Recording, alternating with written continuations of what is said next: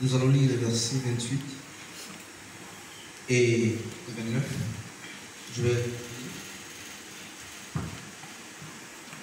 Matthieu 11, 28 à 29, jusqu'à 30.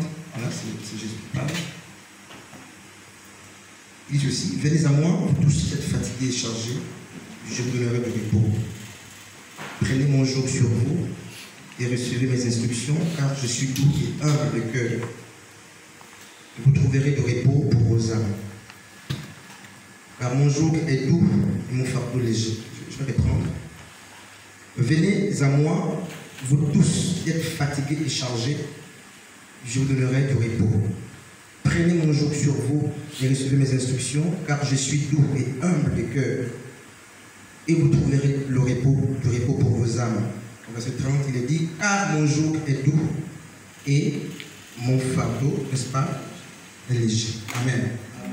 Voilà, donc c'est un passage que nous connaissons pratiquement tous. Voilà. On va terminer vraiment à temps. Je vais veiller que Dieu nous aide. On va terminer à 19h pile, si Dieu nous fait grâce. Moi, est-ce qu'il y a quand même une question, quelqu'un a une question par rapport à tous les points qui sont déjà abordés? Anne, Sœur Marie, Sœur Merveille, Sœur Niki, par rapport aux points déjà abordés, est-ce qu'il y a une question? Une question, on peut continuer la question là. Voilà, pas une question là-bas. Sœur Niki? Une question par rapport à tous les points qui ont déjà été vus.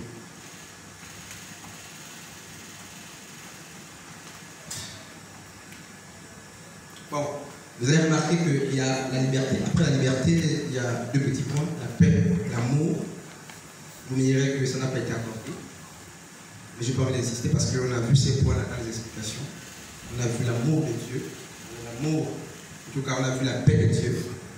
Avec le Romains 5, verset 1. Et, n'est-ce pas, on a dit clairement que, n'est-ce pas, parce que dans Hébreux 12 à 14, on nous demande d'avoir la paix, n'est-ce pas, à tous et aussi avec Dieu. Et nous avons dit que cette paix ne s'obtient que par la justification. Donc, ça c'est Romains 5 dit. Et voilà, donc, on a déjà vu la paix normalement.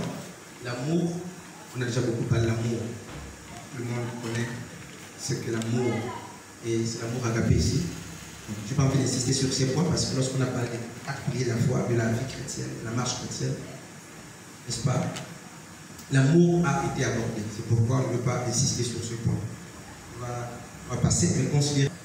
Et, n'est-ce pas, nous avons compris que c'est Jésus qui produit la foi. La foi est produite par Jésus lui-même. Et, n'est-ce pas, lorsque la foi est produite, elle produit ensuite. C'est-à-dire qu'elle enfante. Et, n'est-ce pas, et la foi, et ce que la foi enfante, n'est-ce pas, la Bible nous dit que c'est Christ qui consomme ces choses. Donc ces choses, les miracles que nous faisons par la foi, tout ça, n'est-ce pas, sont pour Yahushua, c'est Jésus-Christ. Et nous avons aussi dit que la foi ne crée pas les choses. Parce que, n'est-ce pas, Genèse 2, n'est-ce pas, nous dit que Dieu a tout créé. Dans l'Ecclésiaste, n'est-ce pas, Salomon a dit qu'il n'y a rien de nouveau sur le soleil. Hein? Donc tout a déjà été créé. Donc, la foi ne crée pas, elle amène juste, n'est-ce pas, en manifestation les choses que le monde ne voit pas. C'est ce qui a, n'est-ce pas, été dit la dernière fois. Donc j'aimerais, n'est-ce pas, qu'on avance. Mais j'aimerais d'abord avant tout, n'est-ce pas, poser une question, quand même une question qui me semble très banale. Combien de jours Jésus a-t-il fait dans le cœur de la terre, dans la tombe? Combien de jours? Combien? 3. Et combien de nuits? Jésus a fait combien de jours et combien de nuits dans la terre, dans la tombe? Combien? Si on avait, il a fait combien de jours? Tu as dit combien? Maintenant, il a fait combien de nuits? C'est ça le problème. Il a fait combien de jours, sœur? Jésus a fait combien de jours? Combien? 3 jours, combien de nuits? 3 jours, 3 nuits. Et après la résurrection de Jésus-Christ, il a fait combien de jours avec les apôtres et les disciples? Vous lisez les Écritures quand même. Après la résurrection, Jésus n'est pas nettement monté au ciel. Il a encore fait beaucoup de jours avec ses disciples. C'est combien de jours?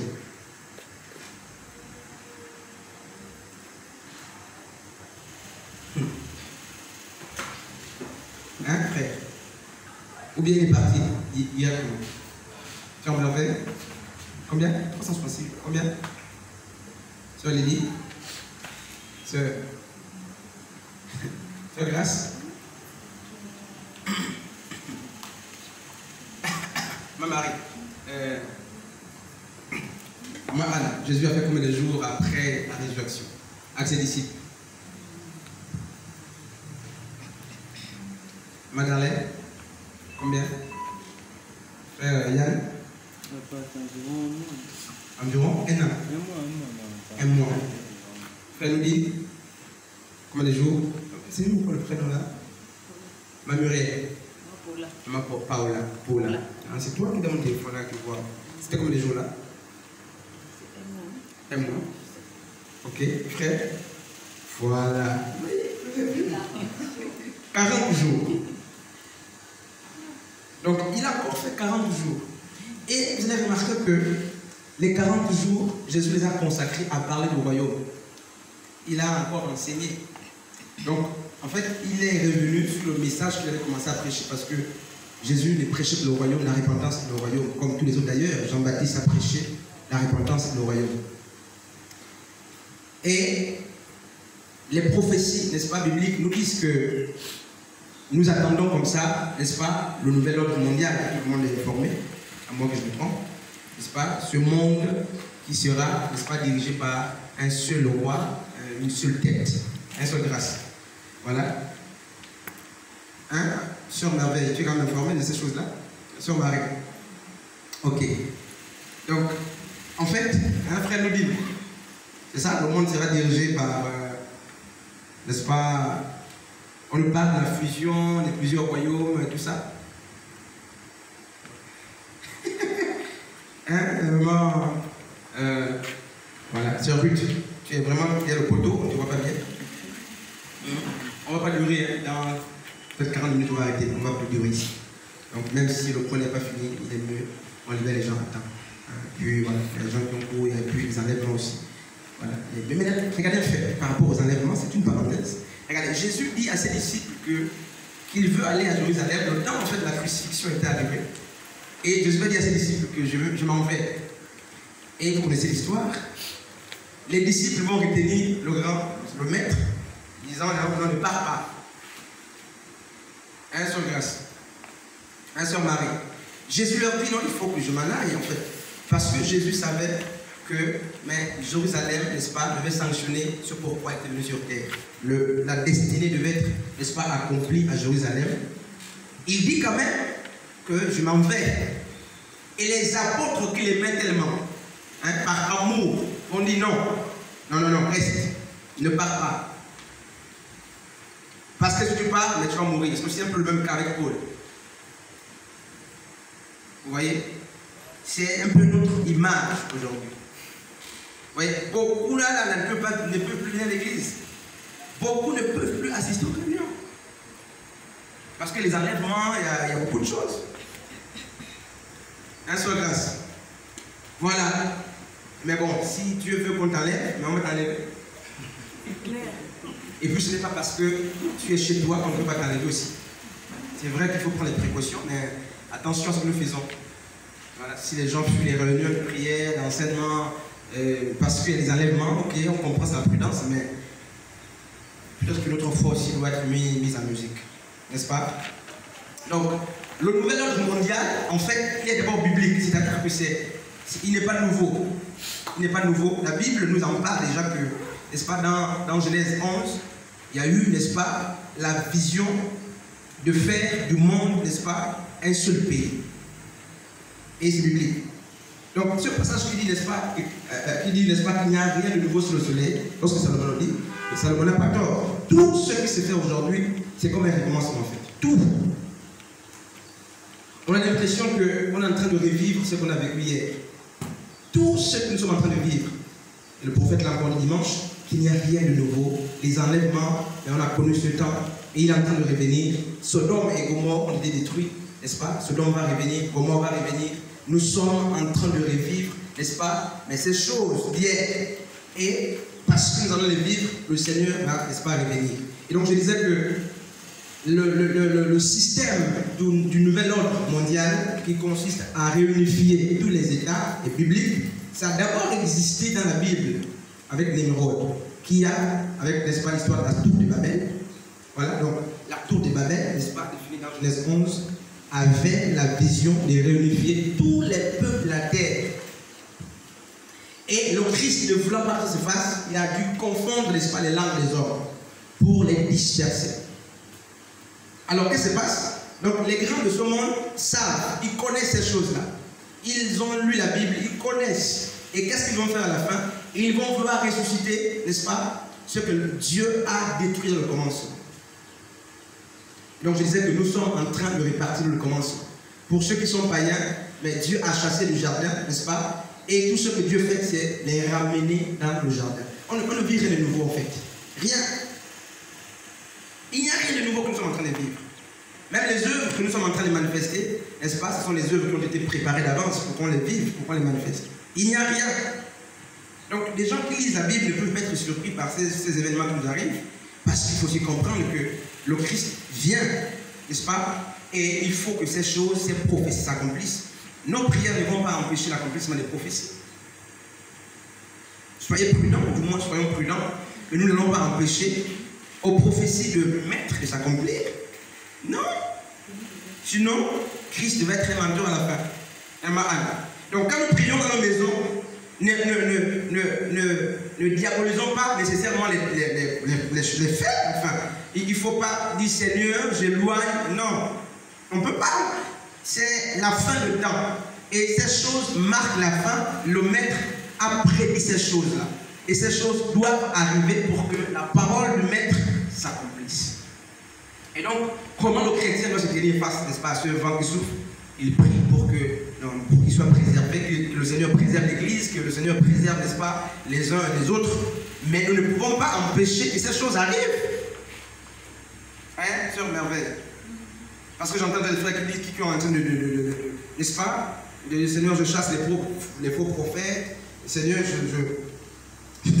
je les éloigne. Jésus a dit qu'il faut qu'il vienne pour que, n'est-ce pas, son chemin, n'est-ce pas, soit apprêté. Il faut que les faux prophètes viennent. Il faut que la méchanceté, n'est-ce pas, atteigne son paroxysme. Et là, le Seigneur viendra. Maintenant, nous voulons éradiquer ces choses-là. Ce n'est pas normal. Ce n'est pas du tout normal. Voilà. Prions pour que notre foi ne faiblisse pas. Prions pour que Dieu nous préserve. Mais vous ne pouvez pas empêcher aux prophéties d'accomplir. Voilà donc le Christ qui dit: venez à moi, vous tous. C'est une parenthèse. Vous tous, n'est-ce pas, qui êtes fatigués et chargés, je vous donnerai du repos. Et j'aime une histoire, avant de la toucher, on va d'abord parler de ce passage-là. Donc, voici le maître. Hein, sœur Merveille? Tu vois un peu? Venez, s'il vous plaît, montez, voilà. Venez. Et ce qui me fait mal, c'est quoi? Le Seigneur nous propose de déposer à ses pieds nos fardeaux, notre fardeau. Et il nous dit de prendre un autre fardeau. Hein, sœur Marie? Donc, le Christ a lui-même dit que nous laissons des fardeaux pour prendre un autre fardeau. C'est ce que Matthieu, n'est-ce pas, nous fait comprendre. Donc, la vie chrétienne, frère, n'oublions pas, nous sommes dans les principes du royaume, et nous allons voir, n'est-ce pas, un autre point, c'est le point qu'on va voir ce soir. La vie chrétienne ne consiste donc pas à simplement déposer son fardeau, d'après le passage. Un moment, Anne. La vie chrétienne, c'est la vie, c'est aussi une vie de fardeau. Et le maître a clairement dit: prenez mon joug. Le joug, c'est un poids, c'est une charge, c'est un fardeau. Quand j'entends les frères dire que, et puis nous le disons, la vie chrétienne est difficile, la vie chrétienne est difficile, c'est nous tous. C'est une vie très compliquée, n'est-ce pas, elles sont merveilleuses. C'est compliqué, hein, parce que se sanctifier, c'est pas facile, après tout ça. Voilà, pour aimer Dieu, c'est pas facile. Hein, pour être à l'œuvre à tout moment, c'est pas facile. Mais Jésus a dit que son fardeau est léger. C'est ce que lui-même a dit ici. Un passage. Il dit, mon joug est léger. Prenez ce joug-là. Il s'agit de quoi ici?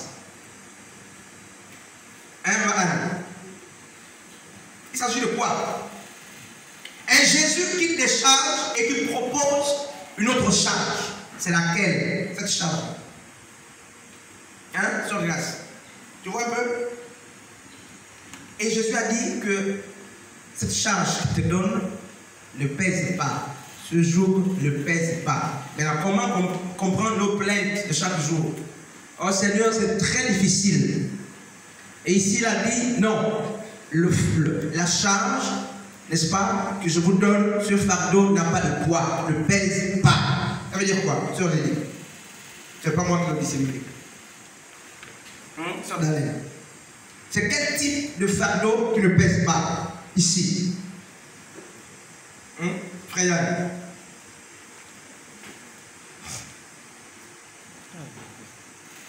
C'est l'œuvre du Seigneur. Dictionnaire. L'œuvre du Seigneur. L'œuvre du Seigneur. C'est quoi l'œuvre du Seigneur? Mais pas parler du royaume. Si c'était sa mission. Non, je pense simplement sa mission. Ok. Ok. Ma Paula. La sœur Merveille. Les disciples. Les nations. Qui doit faire les nations ici? Nous qui? Nous les chrétiens. Ok. Qui avons accepté de porter le joug de Dieu. Ok. Frère. J'ai un frère merveilleux, il faut parler. Un sœur merveille, sœur Marie. Hein? Un sœur Dédie. Ça peut être quoi ce fardeau-là? Ce joug qui est léger. Un seul grâce. C'est quoi? Sœur Ruth. Je ne connais pas. Hein? Frère Gaël. Frère Noudine, tu peux nous aider s'il te plaît? Le maître a dit, prenez mon fardeau. Et il ne pèse pas.